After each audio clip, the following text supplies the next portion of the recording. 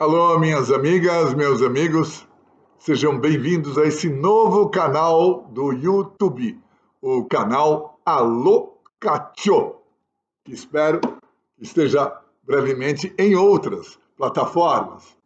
E antes de começar, eu quero deixar bem clara uma diferença importante, porque eu trabalho com outros meios digitais, eu mantenho um podcast de poesia, também posto flashes de poesia mediante patrocínios, mediante apoios, enfim, são trabalhos profissionais. O Alô Cacho é uma outra coisa, completamente diferente. A começar que é feito de graça e disponibilizado de graça para falar basicamente de um livro e do que eu aprendi com ele e com as obras, as buscas, as pesquisas, as pessoas, os símbolos aparentados, ligados a este livro.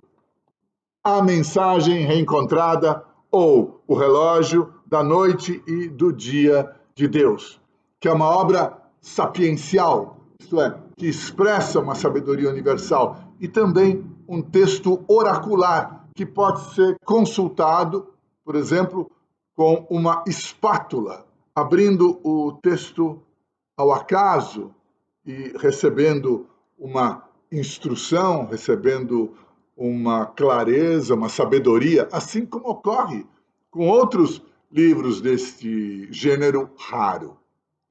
Essa aqui é a primeira edição brasileira, publicada em 2005, mas no ano passado veio à luz a segunda edição, com essa imagem linda na capa, né, que é obra do autor do livro, um pintor, um poeta, um alquimista francês do século XX chamado Louis Cacho, muito próximo a nós, da nossa época, portanto, porque ele saiu desse mundo há pouco mais de 70 anos, em 1953. E, entre outras maravilhas, essa obra, que para os que a conhecem, evidencia uma inspiração sagrada e só poderia ter aparecido pela graça dessa inspiração, essa obra, eu dizia, reconstituiu o elo da linhagem hermética, da linhagem alquímica que tinha sido partido ou perdido no Ocidente depois de um intervalo, um hiato de aproximadamente 300 anos, desde que o inglês, aliás, que o galês Thomas Vaughan, que assinava as suas obras como Eugenius Philalethes, encerrou sua caminhada terrestre em 1666. Ele fazia parte da mesma linhagem, faz parte da mesma linhagem de Cacho. E entre 1666 e 1953, cerca de 300 anos separam Philalethes de Cacho. E eu me proponho a falar disso nesse canal, no Alô Cacho, pela minha fé na importância, no peso fundamental das palavras de Louis Cacho, pela imensa gratidão que eu tenho e pela urgência que eu sinto em compartilhar com o maior número possível de pessoas essa mensagem finalmente reencontrada. Mas tem uma outra coisa que eu preciso deixar bem clara, que é o seguinte: o que eu vou tentar compartilhar aqui não é fruto da minha cabeça. Nesse campo, nesta disciplina, nesses estudos, a novidade não tem vez.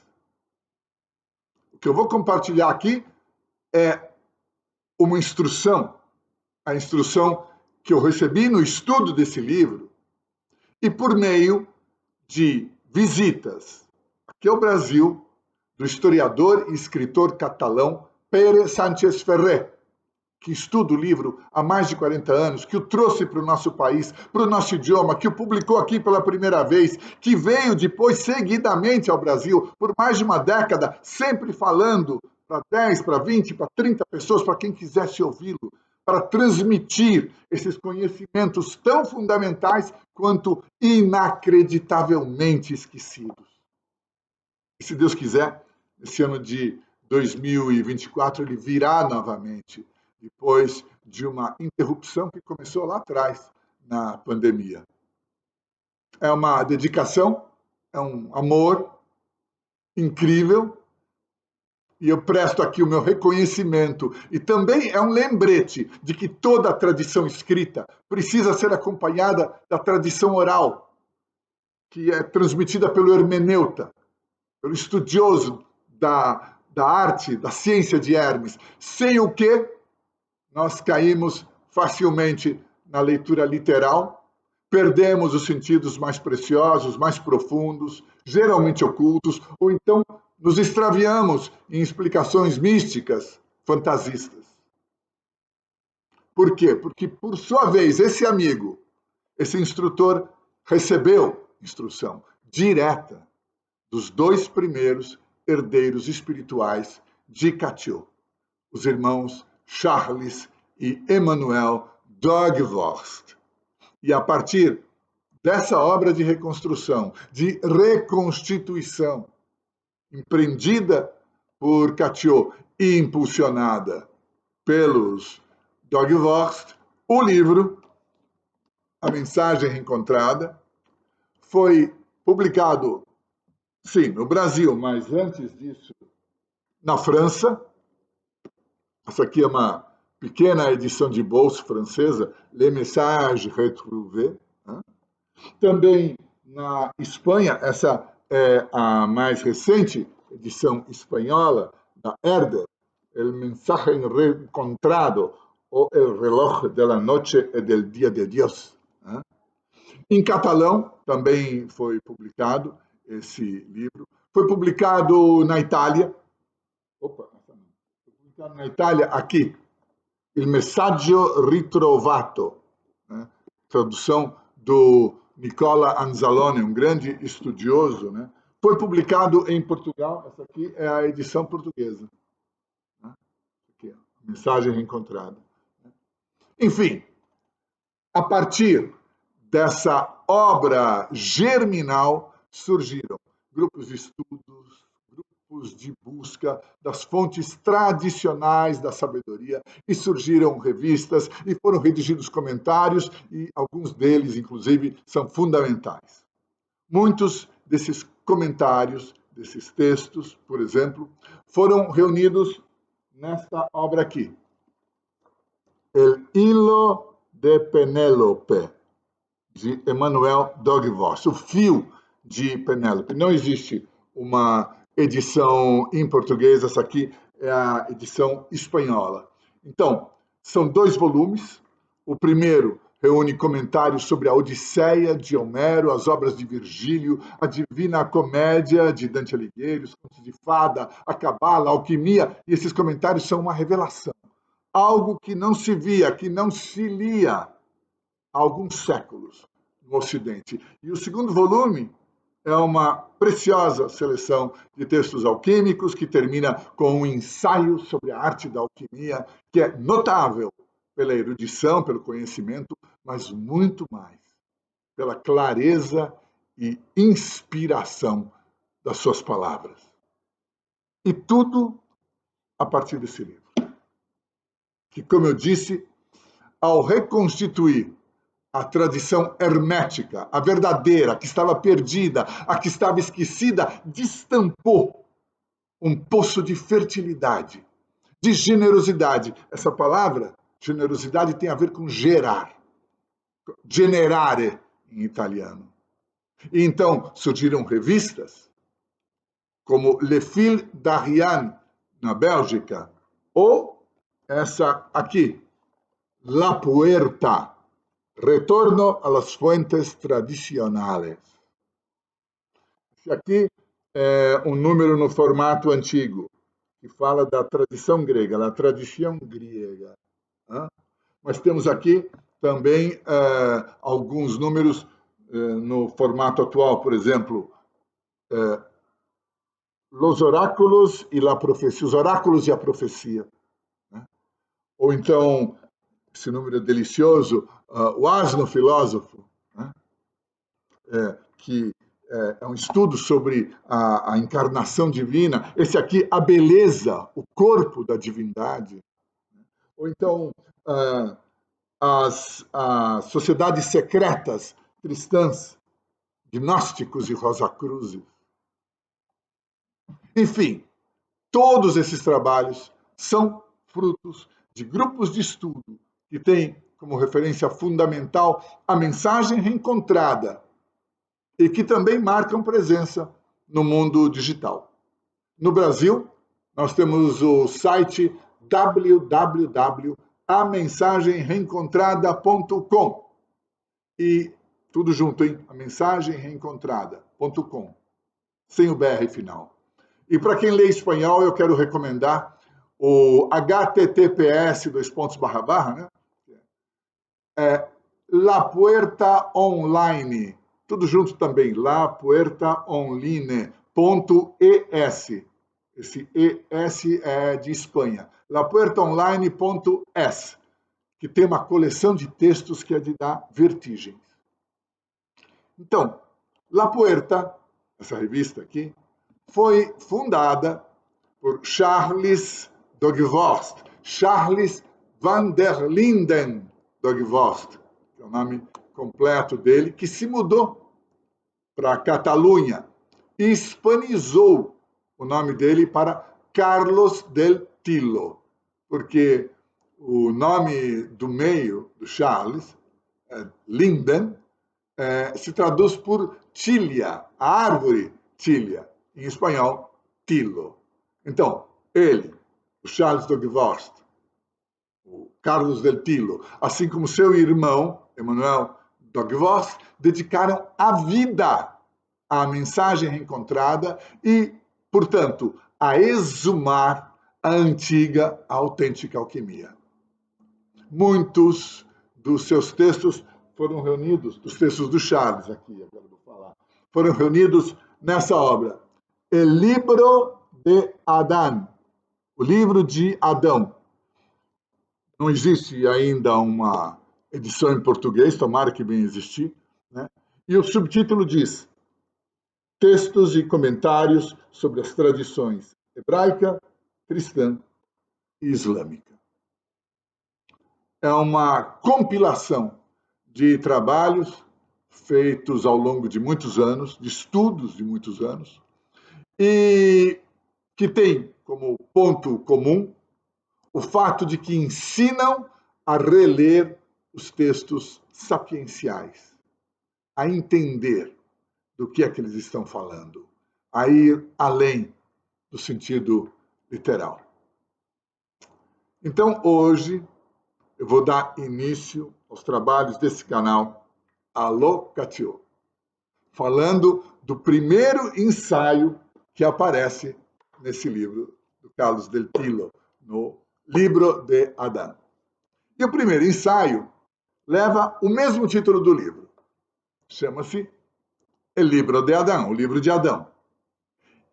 E, como veremos, tem muito a ver com a natureza da mensagem reencontrada e de outros livros desse tipo. E o Carlos del Tillo começa o ensaio dizendo que todos que ensinaram a ciência sagrada ao longo do tempo, ao longo dos séculos, empregaram uma linguagem simbólica para falar disso. Para falar do quê? De uma realidade que está oculta aos sentidos exteriores, aos sentidos superficiais, aos sentidos carnais do homem. Porque, de fato, os nossos sentidos, que são muito úteis para viver nesse mundo, para ver, ouvir, entender, enfim, mas, na verdade, eles são incapazes de captar qualquer coisa que esteja além das aparências mais imediatas. Eles se tornaram grosseiros, por assim dizer, permitem perceber a vida natural, a vida que nos cerca, mas não o que está além e acima dela.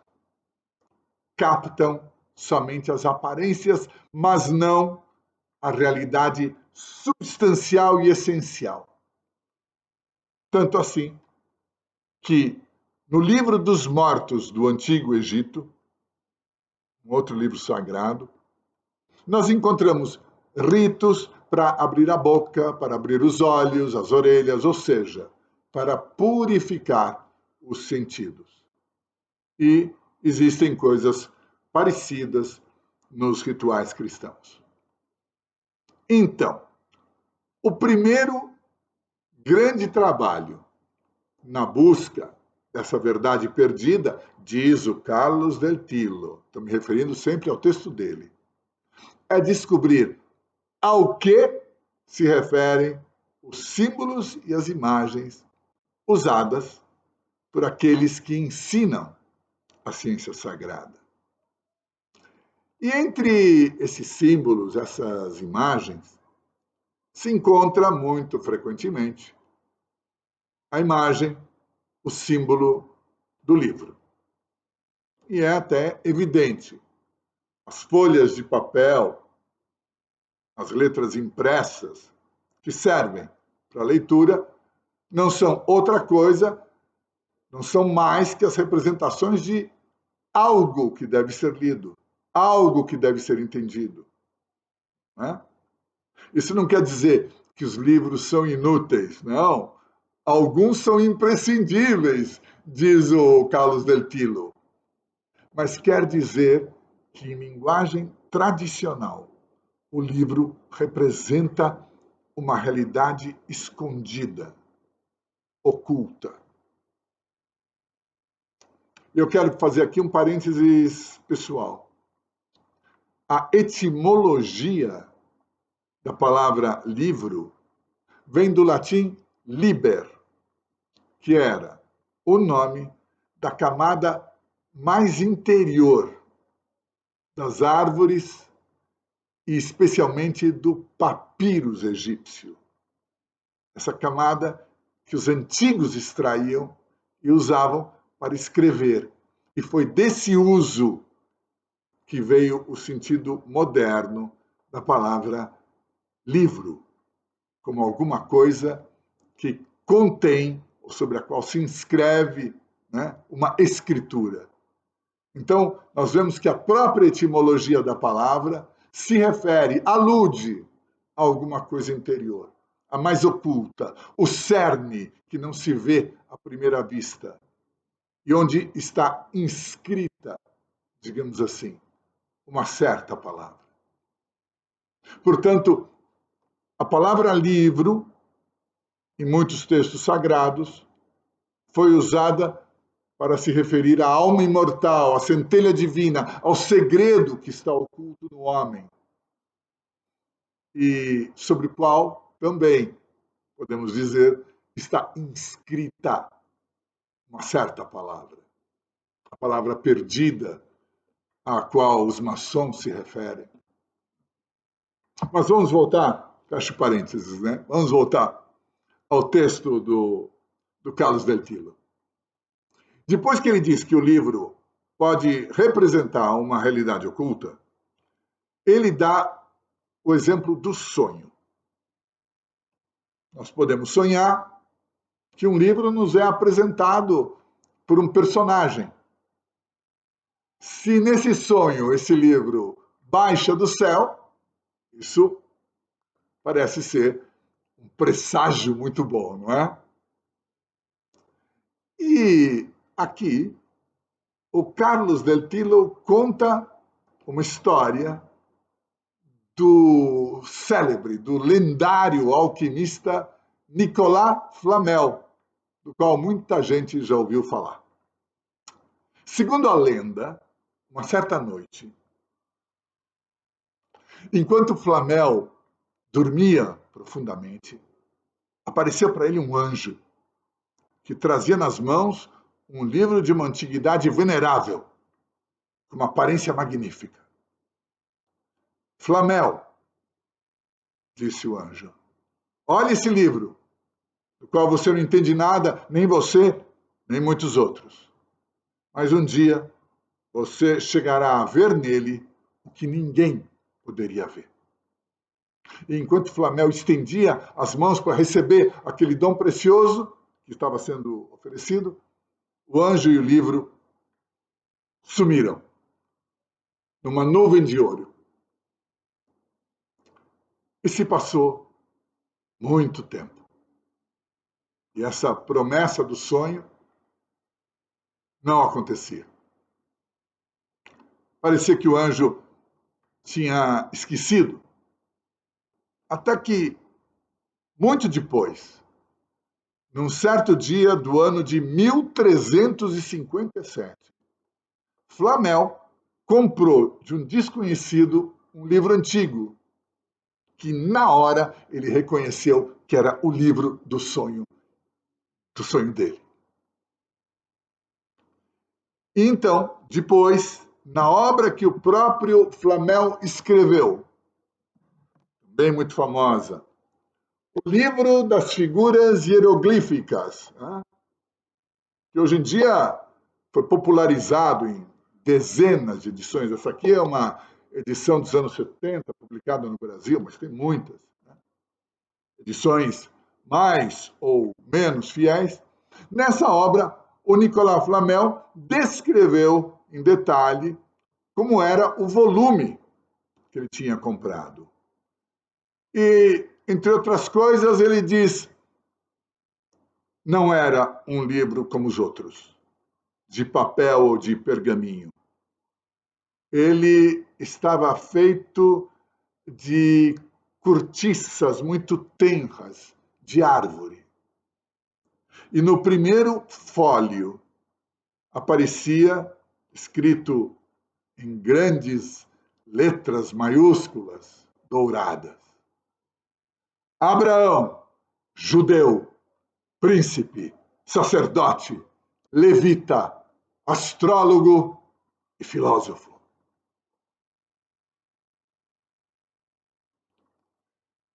Na posse desse livro valioso, Flamel passou noites e dias estudando, mas ele não conseguia entender.